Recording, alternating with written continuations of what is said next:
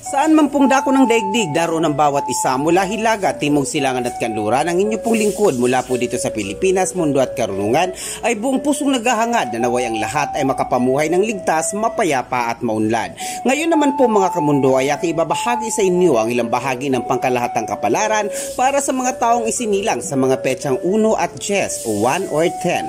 Ayon po sa lumang gabay na pinagtibay ng sinaunang lihim na karunungan at kaalaman ng mga sinaunang Asyano, karamihan o halos lahat ng mga taong isinilang ayon sa mga naturang petsa ay taglayang mataas na antas ng kaisipan. Madalas umiral ang kanilang pride, lalong-lalo na sa mga bagay na kanilang ipinaglalaban na sa tingin nila ay tama. Sa madaling sabi, madalas po nilang ilaban ang mga bagay na umaakma sa kanilang prinsipyo at pinaniniwalaan. Ayon din po sa lumang gabay, marami sa kanila ay nakatakdang magkaroon ng anak na matatalino at matiisin sa buhay. Sa kabilang banda, marami po sa mga taong isinilang ayon sa naturang mga petsa ay kapalarang mamuhay at makipagsapalaran sa malalayong lugar o ibayong dagat. Ang lumang gabay din po ay naglalahad na karamihan sa mga taong isinilang sa mga petsang 1 at 10 ay kapalarang manahak sa buhay ng may matatag na trabaho o hanap buhay.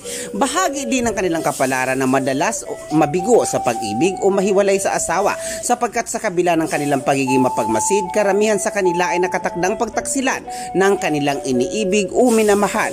Mga kamundo, lagi po natin tandaan na ibinabahagi po ng inyong lingkod ay mga gabay po lamang, sapagkat batid naman po nating lahat na tayong Diyos pa din po na siyang may akda ng bawat kapalaran nating mga mortal ang siyang makatwirang hahatol o hukom sa mga landasin ng buhay na ating tinahak, alinsunod sa mga hinulma nating kapalaran. Ito po ang Mundo at Karunungan na lagi po nagsasabing patuloy po nating mahalin at huwag masasakitan ang kalikasan, maging mga aso at pusa upang araw-araw po nating mabatid ang balansing enerhiya ng ating kapaligiran.